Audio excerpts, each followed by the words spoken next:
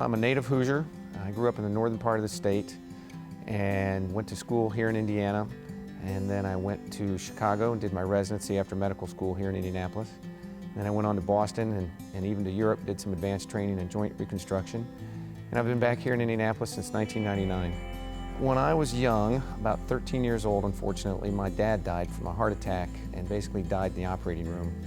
I remember the heart surgeons and the cardiologists, and they were such an impressive group of guys, passionate, dedicated, caring. I can remember that moment in my life thinking, this is what I want to do.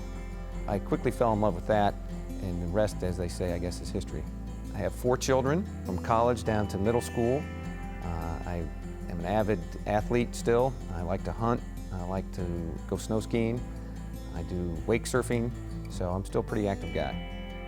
Jim and I met each other through our children, basically. Our kids would go to school together, and we go to the same parish, same Catholic church.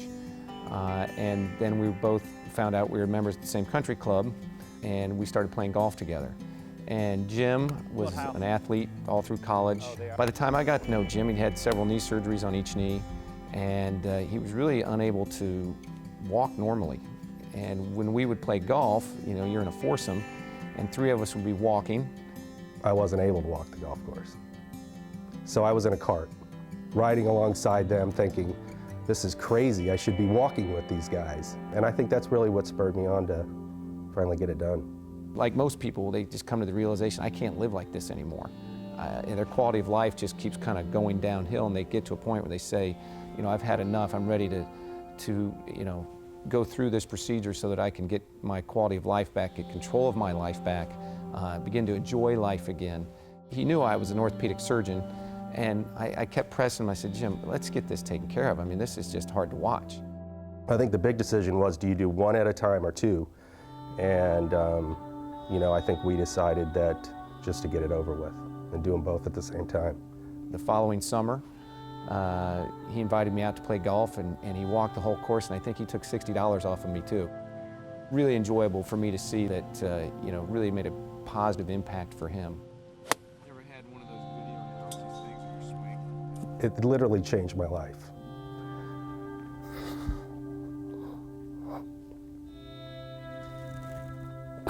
Sorry. To, you know, be 35 years old, not be able to walk, you know, was tough. And, you know, to get out and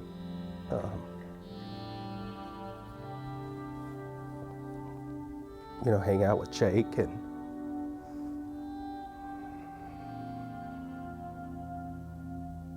you know, play sports with him, which he plays them all too, including golf. You know, it's a gift. And without it, I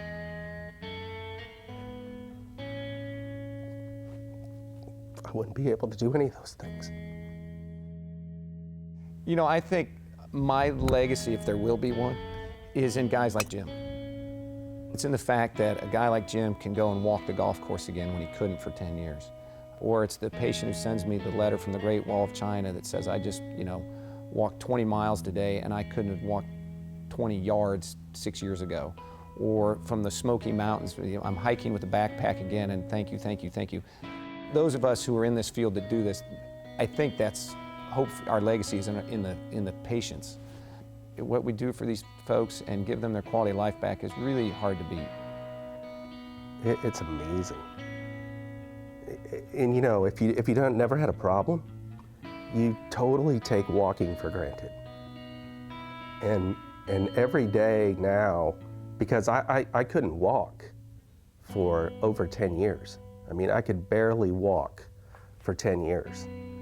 And I don't take walking for granted, ever. Ever. And I think that's to me, after 3 years, it's still a miracle. I go on these long walks and hikes and with my wife and play all these sports, and it's amazing. and I don't take it for granted.